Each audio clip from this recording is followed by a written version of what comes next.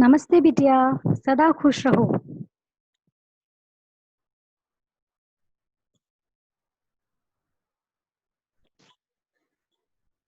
I am Jamin Dr. Alka Jain, Associate Professor in the Department of Community Medicine, Faculty of Homeopathic Science, Jyoti Vidyapeeth Women's University. So, in the series of the digital sessions, today I am going to tell about the dengue fever, the classical dengue fever.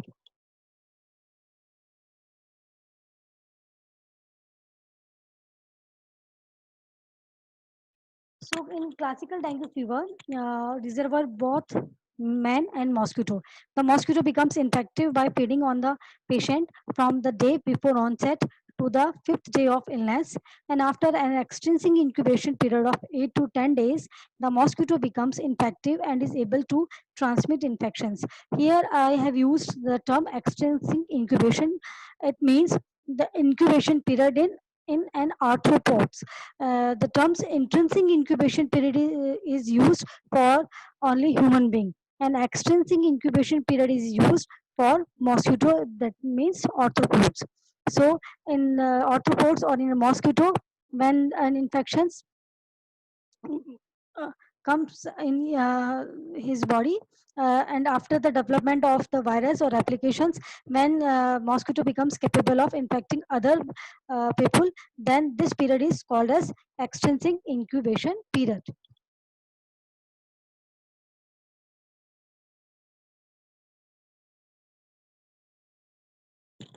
So in classical dengue fever, it is characterized by an incubation period of 3 to 10 days. Onset is sudden with chills and high fever. Temperature rises quickly as high as 104 Fahrenheit with relative bradycardia and hypotensions. There are reddened eyes with intense muscles and joint pains. Mainly the pains are break bone types. Very severe pain are there. And the flushing or pale pink rash comes over the face and then disappears. And the glands in the neck and groin are often swollen. Fever lasts for 2 to 4 days, rarely more than 7 days. Mainly the in commonest form, fever lasts only for 2 to 4 days and recovery is complete. So the characteristic feature of in classical dengue fever, you may by which you can differentiate from other fever, is there is a very intense muscles and joint pains. There is a retro or vital pain, and sudden with chills. Fever comes with sudden chills and intense headache, muscles and joint pains with which prevents all movements. इतना severe pain होता है कि उसकी वजह से patient movement नहीं कर पाता है। और जो अदर जो कॉमन सिम्टम्स होते हैं इसके, वो होता है बहुत ज़्यादा वीकनेस होगी, एनोरेक्सिया होगा, जो कि बहुत कॉमन फीचर्स होते हैं किसी भी फीवर के साथ में जो एसोसिएटेड होते हैं। Weakness, anorexia, constipation, alter taste, sensation, colicky pain, abdominal tenderness, dragging pain in inguinal region, sore throat, and general depressions. So these are the features which are associated with a classical dengue fever. The skin eruptions, which appears in 80% of cases during the remission or during second febrile phase, last for 2 to 4 days, as I have told you, and the rash is accompanied by similar but milder symptoms.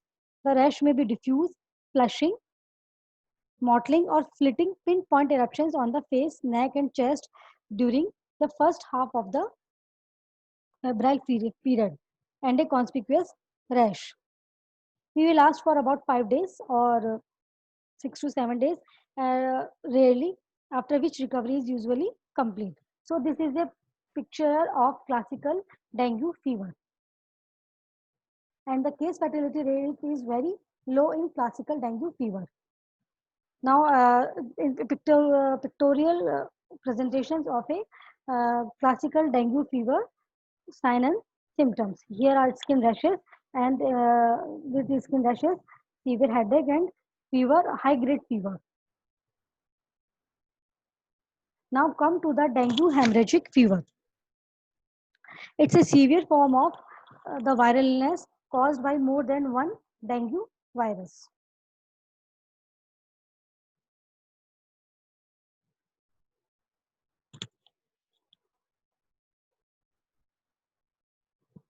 mainly we can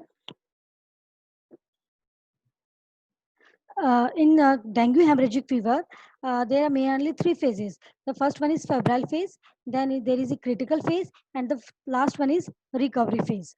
In febrile phase, there are incubation period of 4 to 6 days, and the illness commonly begins abruptly with high fever and accompanied by facial flushing and headache. And there are the common features which were associated in classical dengue fever are also present in dengue hemorrhage fever, and these are the anorexia, vomiting, epigastric discomfort, tenderness at the right costal margin, and generalized abdominal pain are common. During the first few days, the illness usually resembles to classical dengue fever, but the maculopapular usually rubelliform, is less common. So the rashes are more common in classical dengue fever in comparison to dengue hemorrhagic fever DHF. The major pathophysiological changes that determines the severity of disease in DHF and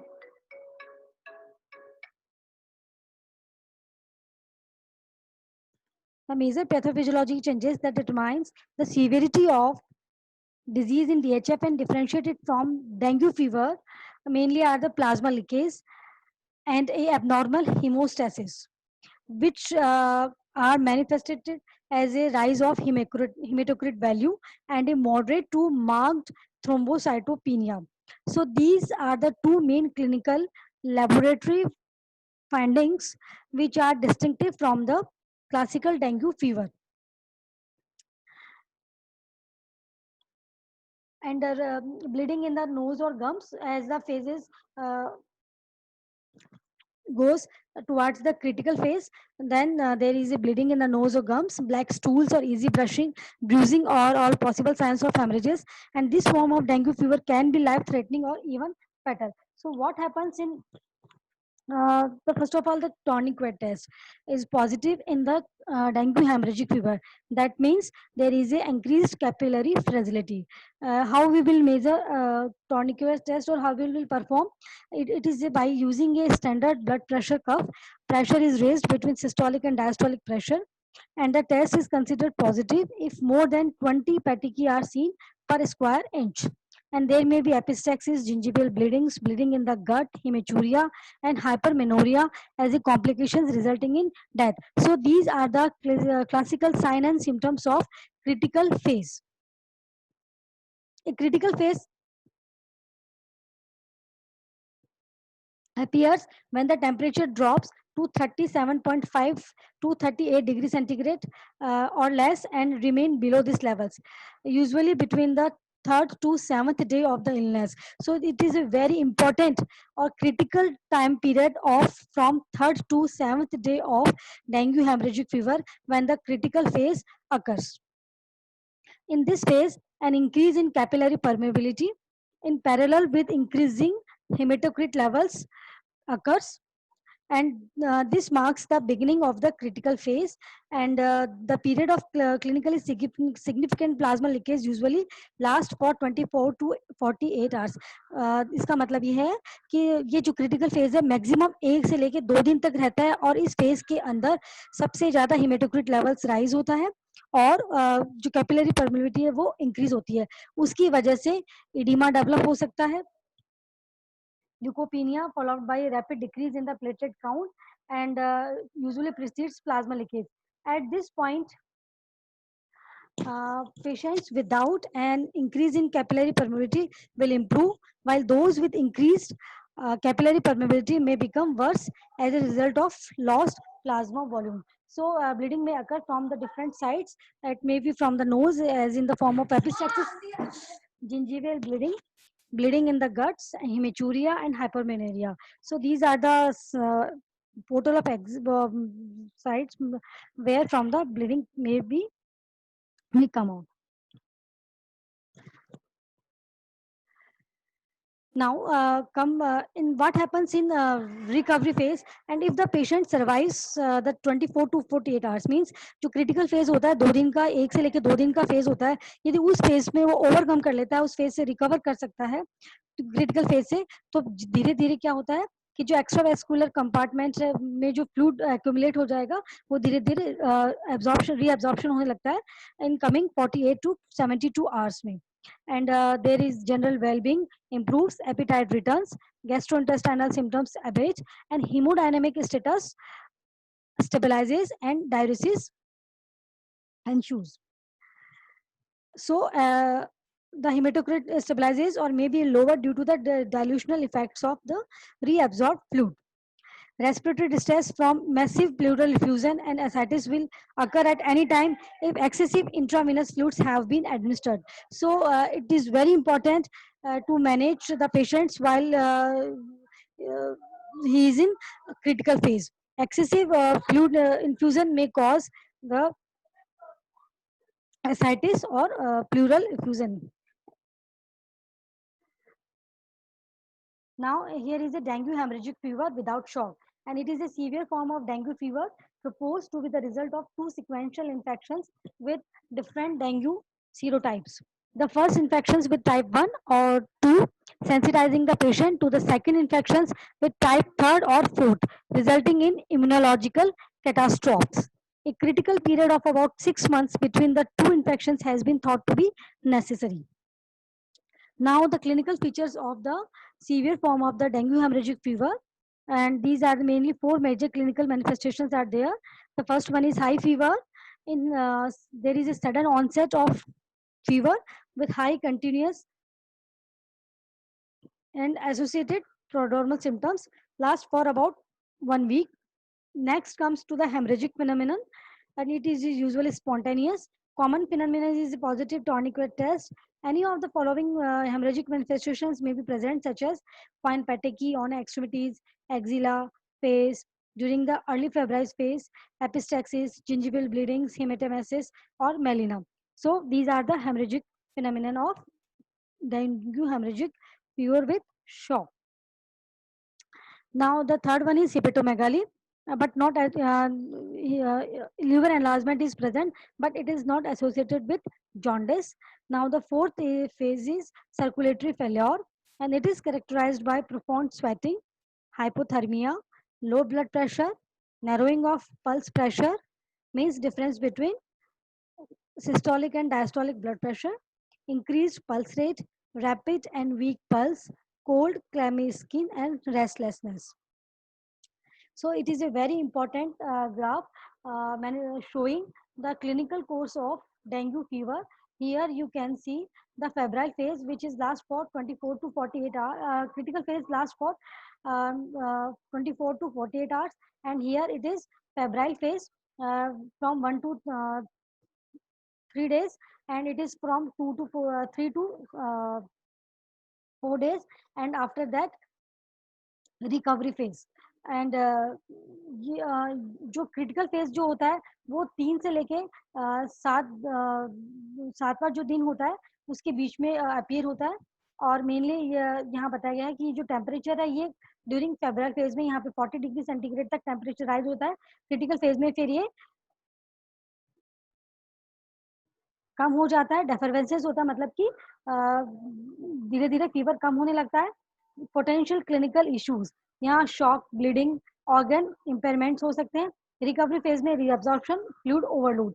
laboratory changes यहाँ पे है, haematocrit value जो होता है वो यहाँ पे rise होता है, और जो प्लेटलेट है वो धीरे धीरे कम होती रहती है. Thrombocytopenia, it is a laboratory changes.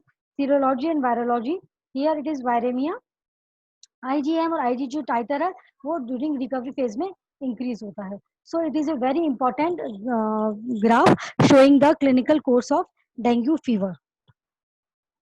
Now the grading of dengue hemorrhagic fever, depending upon the severity, DHF has been graded as grade 1, grade 2, grade 3, and grade 4. What happens in grade 1?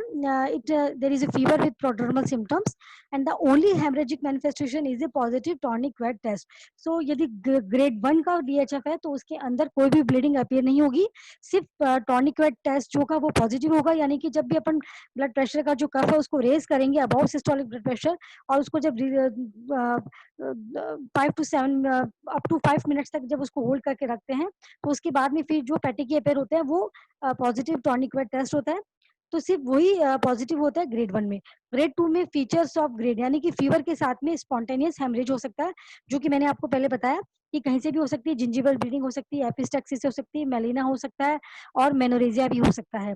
Grade 3 में features of grade 1 and 2 के साथ में features of circulatory failure होगा, और grade 4 में तीनों grade के जो फीचर्स है उसके साथ में प्रोफाउंड शॉक होगा। So with grade 3rd and 4th, the CFR case fatality rate is 40 to 50%. So what are you seeing here that कि in classical dengue fever there is very low CFR, means case fatality rate जो rate होती है वो बहुत ही कम होती है, और जो डेंगू हेमरेजिक फीवर में यदि पेशेंट ग्रेड 3rd से लेकर ग्रेड 4th की स्टेज तक पहुंच जाता है तो उस स्टेज में केस फर्टिलिटी रेट 40 से 50% तक इंक्रीज हो सकती है। Now the investigations in platelet count is less than 1 lakh cells per cubic mm। Mainly जो प्लेटलेट काउंट होती है वो 2 to 5 lakhs होती है। हेमेटोक्रिट वैल्यू है, मैंने बताया था ये राइज होती है बाय 20% और मोर, and real time polymerase chain reactions RT-PCR it is done to detect viral gene and is serum। NS1 ELISA, detection of non-structural protein. NS1 antigen in the serum of dengue fever patient is a useful tool for the diagnosis of acute dengue infections, and this is commercially available. And the next one is IgM detection is not useful. Now come to the treatment part. Because dengue is caused by the virus and there is no specific medicines or antibiotic to treat it, so here we give symptomatic treatment. And for typical dengue, the treatment is purely concerned with relief of symptoms, and rest and fluid intake for adequate hydration is important. And to prevent dengue fever, prevent the breeding sites of its carrier and the Aedes mosquito. तो mainly इसका जो treatment part है, जो management part है, वो यही है कि जब पेशेंट क्रिटिकल फेज में होता है तो उस टाइम पे प्लाज्मा वॉल्यूम कम होने लगता है, तो उस टाइम पे फ्लूइड अपने को लोड करना पड़ता है, पर एक साथ एक्सेस में भी फ्लूइड लोड नहीं करना चाहिए, उसकी वजह से एसआरटीज और प्लूरल इफ्यूजन हो सकता है। इसीलिए क्लासिकल डेंगू फीवर में भी और इनिशियल जो स्टेज होती है, पेशेंट को यही एडवाइस किया जाता है कि फ्लूइड इंटेक जब तक पॉसिबल हो तब तक ओरली लेते रहे। Now the prevention part, personal prevention may it is a clothing to reduce exposed skin uh, or insect repellent, especially in early morning, late afternoon, bed netting important, and mosquito repellents, sanitation measures.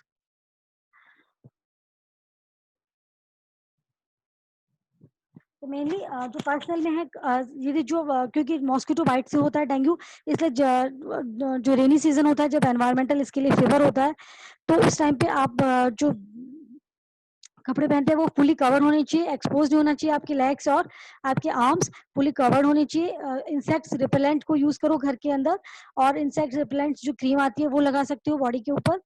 और mainly क्योंकि ये जो mosquito bite है mainly दोपहर में होता है, तो इसलिए आपको जो ज्यादा ध्यान देना है वो ड्यूरिंग आफ्टरनून इसमें रिपेलेंट लगा के रखना होता है। Bed netting important, and mosquito repellents again, and sanitation measures, अपने घर के आसपास कहीं पे भी पानी इकट्ठा ना होने दे, क्योंकि ब्रीडिंग प्लेसेस वही होते हैं मॉस्किटो के। The next one is environmental, reduce vector breeding sites, solid waste managements, public educations, and empty water containers.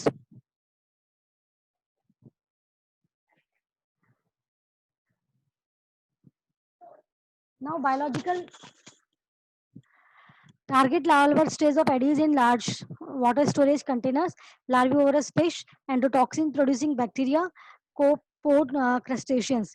In chemical prevention, there are thermal fogging, malathion, pyrethrum, insecticide treatment of water containers. space spraying, indoor space spraying by from 2% pyrethrum organophosphorus compounds.